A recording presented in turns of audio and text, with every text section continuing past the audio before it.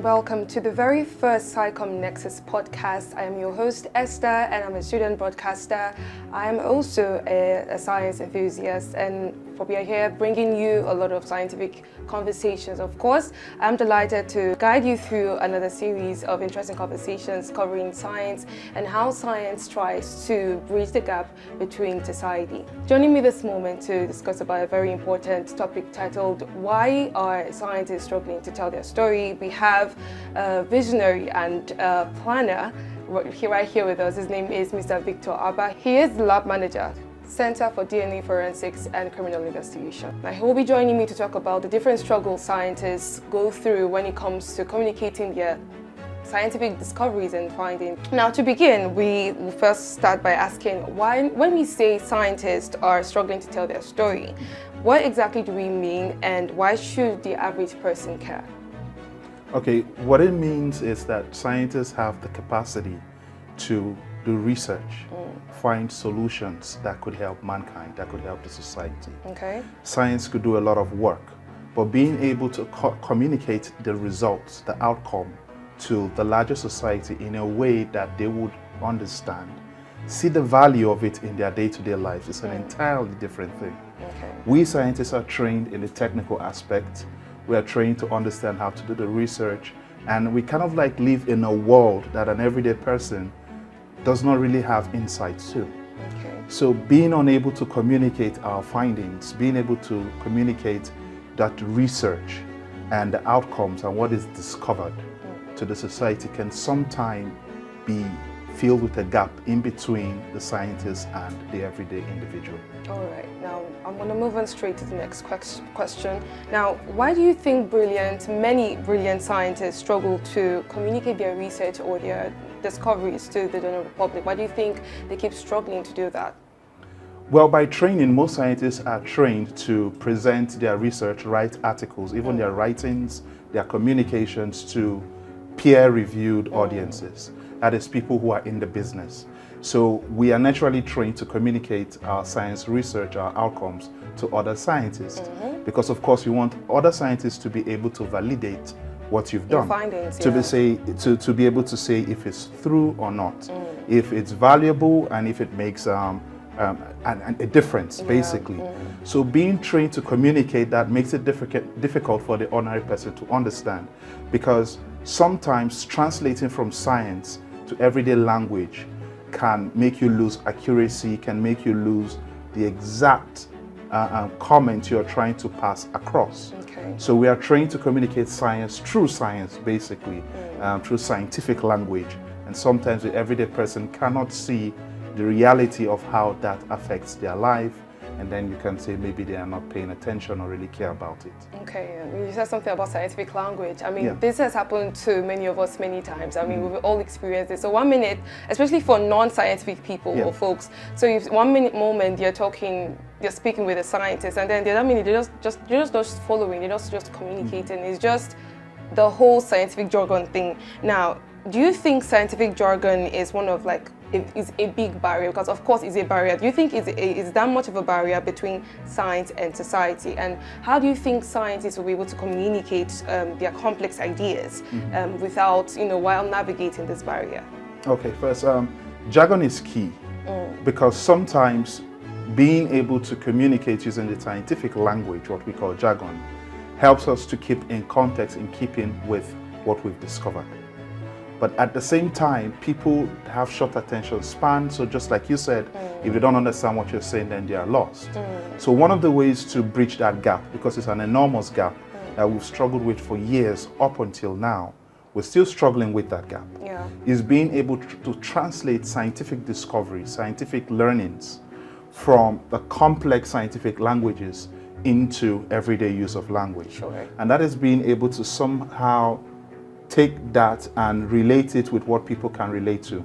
Use everyday examples, analogies, basically, everyday understandings to translate what we've found so that people can understand, while also maintaining the precision and accuracy of those discoveries in a way that it's not watered down, it's not inaccurate, it's not false, but it can hold truth both in the science world and to the everyday person. Okay, so the goal is basically to like explain scientific concepts without dumbing down the scientific Yes, concepts. you don't want people to feel like they don't understand or Yeah. get to really comprehend what you're saying. And the main goal is to make an impact. Yes. Okay.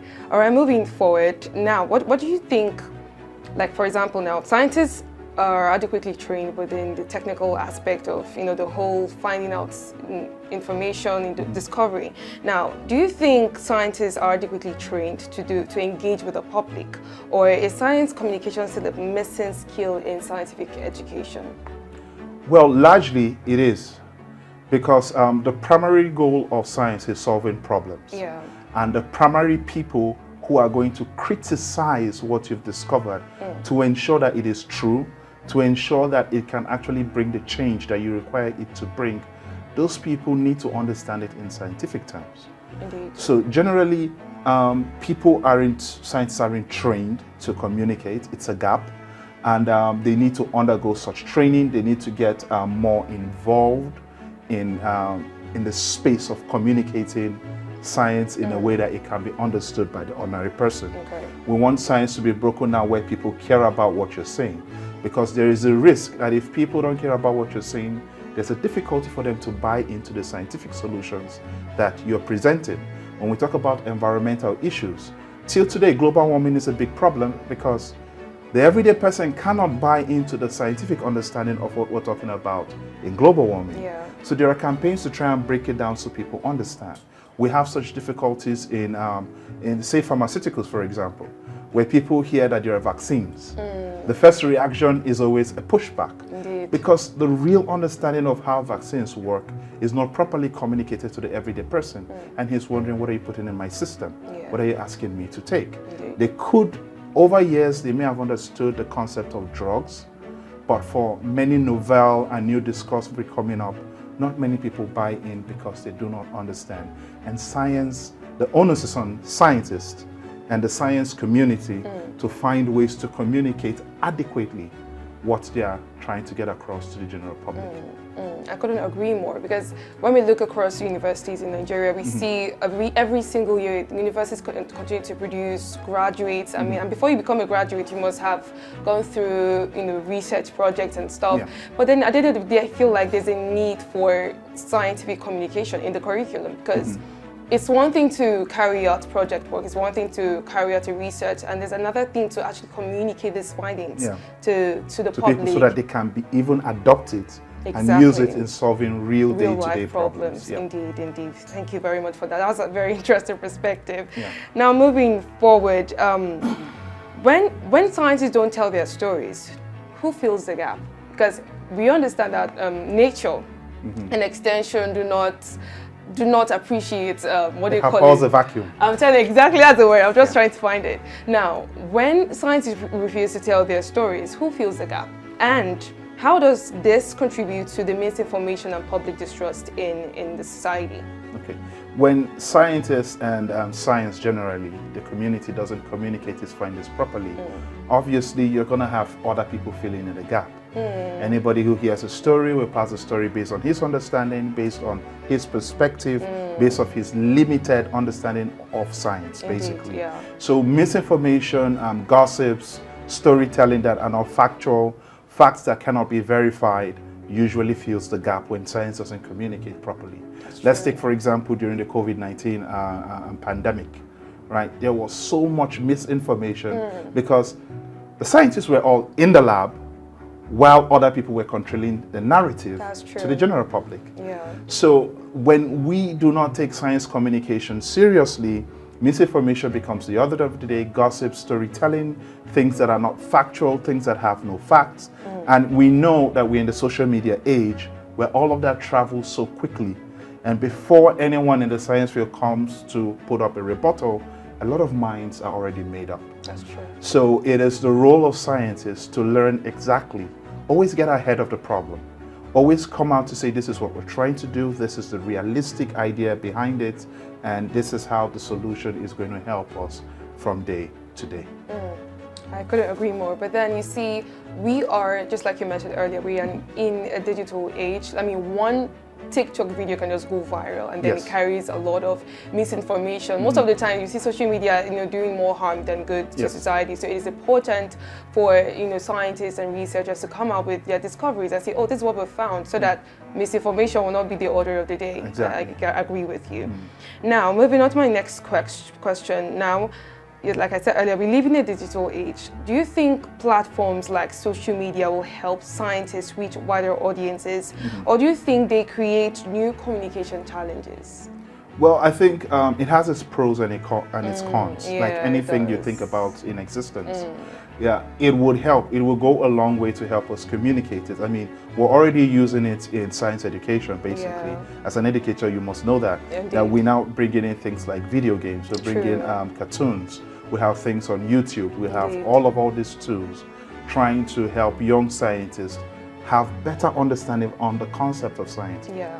Now, this can be amplified not just to educate scientists, but to educate the general public, to educate everyone whose life is basically being affected by science. You take a ride in a car, it's science. You take a flight in a plane, science invented that. So our everyday life, when we go to the hospitals, when we go to schools, is affected by science, because science is the innovator in chief, basically, of every technology we have access to. Yeah. So, but how can we expand it so people know the true influence of all of this? And social media creates a very, very good platform for that. Right. As well as also having negative information, because you can put the information out there, but you're not going to be responsible for how people manipulate, for how people interpret it, Right. for how people try to paint it, right? Take, for example, when we had Ebola a couple of years back break out in the parts of Africa.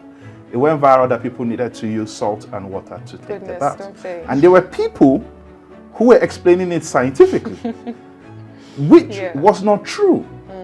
Because if you get down to the nitty-gritty of the science, it wasn't true. Yeah. So at the same time, there are false claims that people could explain potentially as though they are scientific, which is factually not just true. That's So it has its pros, but it needs to be used with ethically, basically, to pass on knowledge and understanding to everybody. At the same time, trying to open discussion so people can also query the science, and then we can get better outcomes. All right, thank you for that beautiful perspective. Moving forward, we see that in today's world, that storytelling has become a buzzword, like everywhere in science communication. In fact, for you to communicate effectively, you have to just whip up a story just to make sure it drives home to your audience. Now, why do you think storytelling is such a powerful tool in communication, and what makes it more effective than simply presenting ideas and facts in science? Okay, storytelling is an effective tool, Yeah. although it's not very effective in the science community, Okay. because we query thesis, right? We have an argument, can this do this? And so our mind is so focused on the scientific outcome. We're thinking of how to solve a problem. Right. So telling a story isn't on the front of our minds. So if I bring a research project to you, what is on the front of every scientist's mind is if it works. What is the science behind it? What are the principles? Would it uphold in every environment? Will it uphold in every condition? So we are more query-oriented in the science field. Okay, yeah. But the rest of the world isn't, right? They have other things that their minds are revolving around. And so they are more story-oriented. Right. So it becomes, you have to find a common ground, which means we scientists must somehow invest ourselves in storytelling, which means you can communicate, why am I doing this research? Whose lives do I hope to impact? Right? How far do I intend to go? How wide do I intend for this to go? Whose lives are going to be changed? Right? What is going to be the outcome? And even going as far as talking finance, as far as talking influence, how would it get down to the common man? Will it only be? So you need to carry that journey of not just the science, but also the inspiration, the motivation, the goal, and everything you intend to achieve in order to get people hooked into the story. Because once you start with the scientific jargon, nobody follows you anymore. That's true. You got that right. Okay, thank you. Now let's look at some of the real world consequences, for example, I'm going to use instances in this when I'm talking about this now. We have real world consequences of scientific, what they call it, we used the same term earlier, said, okay, for example, we have real world consequences when important scientific discoveries fail to reach like lawmakers, policymakers rather, communities, health workers. What do you think, breaking it down, I want you to bring it down to like the lowest point you can. Now, what are the real world consequences that this can cause in today's world, today's day and age? Okay, we're seeing it every day. We have scientific breakthroughs that could change people's life in health. But when people don't know about it, when policymakers do not understand it, when people cannot really see the difference between it doing good and causing harm, it never gets adopted. Nobody uses it, right? We talk about it here in Nigeria, for example, where we have loads and loads of scientists who have published papers, and that's all they end up being. They end up just being articles, they end up just being journals. They end up just being something that peers reviewed.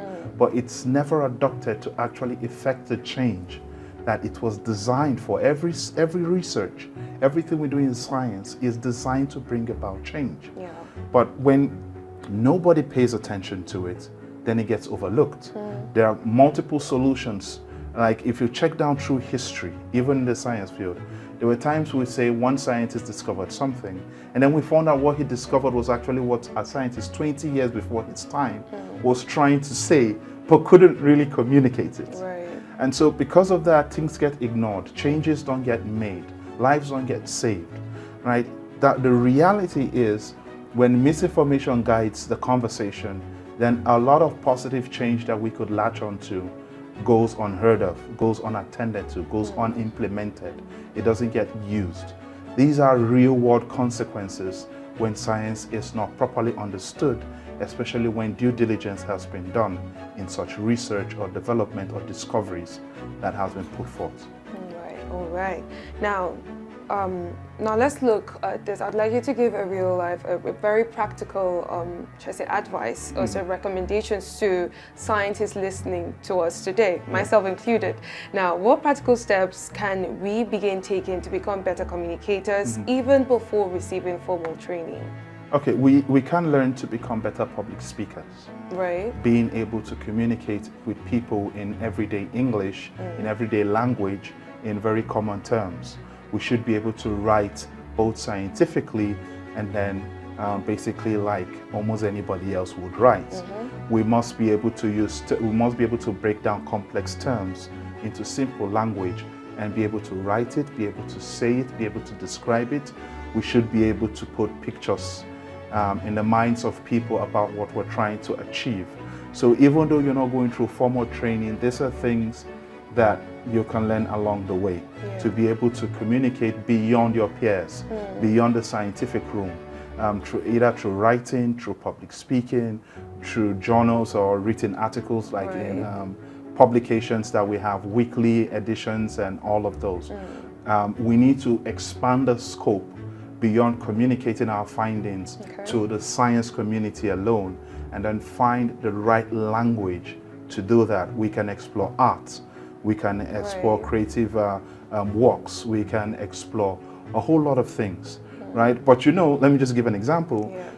People want short form content today, right? And sometimes we scientists think we're at a loss to take a big idea and put it in a 40-second video. I get that, But we have to find a way to do that because we want to keep evolving, we want to keep creating solutions, we want to make the world a better place. So we can always find or take notes from those who are already doing it in their respective field, whether in sports, music, or whatever. We can take a leaf from them and try to use that as well to make positive change. That's right, you got that right. Thank you very much. Now, this brings us to SciComm Nexus. This is what the whole podcast is all about. Now, what inspired the career? Because I was going to introduce you earlier. I was saying that you are one of the planners and the visionaries behind this initiative. Now, SciComm Nexus is supposed to be a platform where educators, scientists, researchers, just science enthusiasts, a platform where they can just come and be equipped with the necessary skills and knowledge that will help them, communicate science. That will help transform lives. Now, how do you think this initiative, this Psychom Nexus, what inspired this initiative, and what gap will this initiative actually fill in society? Okay. Everything we've talked about so far, every conversation around misinformation, late information, or total ignorance to information can be breached through the programs such as Science Nexus. That's right. Now, the idea behind Science Nexus is, in the simplest term, I would say science communication. Being able to communicate what we are doing in the world of science to everyday persons in our communities and around the globe. The idea is to retool scientists to be able to bridge the gap between the science community and everyday population.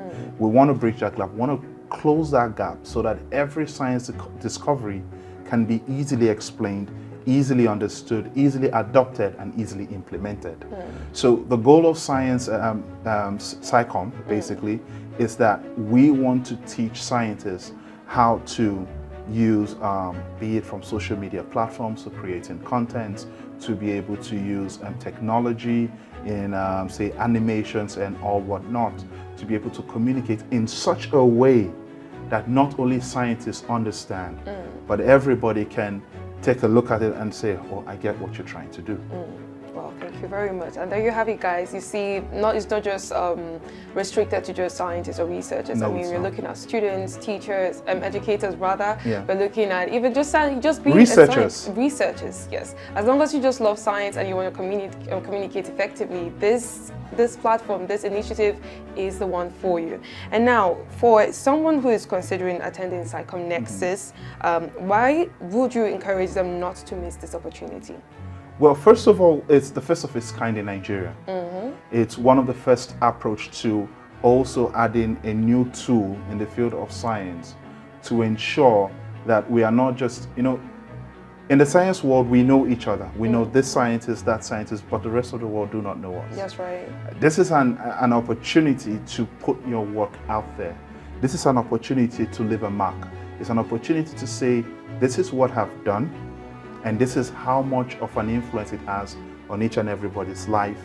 This is how much change it's going to bring, and then being able to communicate it on a day-to-day basis. We say we want to close the gap in misinformation. If there is a best way for me to present the effects of genetic modified foods, for example, because it's a hot topic in Nigeria and Africa. Yeah, it is indeed. So if there's a best way to communicate the facts, the real scientific proven facts, in such a way that we can deal with all kinds of misinformation, then this is important as a scientist for you to be a part of it. It's not enough to just think that I know the theory, but I can pass across in visionary terms and understood terms what exactly we are doing in science. Okay, thank you. Now, as we wrap up this first episode, what message would you like to leave with whoever might be listening, especially young people now, about the future of science and the role each of us have to play when it comes to spreading information or communicating science? Okay, my message is this. Science is interdisciplinary in nature. Indeed. We've had crossovers from biology, chemistry, microbiology, biotechnology, physics. We now have crossover with journalism. We have crossover with media. We have crossover with finance. We have crossover. So it's interdisciplinary, and Psychom is an opportunity for you to spread your wings beyond just being within a lab or a classroom. It's the ability to take science from the lab to the world. That's beautiful. And to anyone listening to us right now, if you are someone who is interested in science, you're interested in making sure that scientific concept gets down to the layman, just make sure that you sign up for the Science Psychom Nexus, because it is packed. We have a lot of avenues for learning, just like you mentioned, you said something about animation. There's just a lot to unpack, and of course you'll be seeing a lot of details about it on the screen when you're done. But just know that this is for you, this platform is for you, and of course right here on the Psychom Nexus podcast, we're bringing you all the necessary information you want to know about this journey. And then remember to stay curious, stay relevant, and of course keep looking out for information.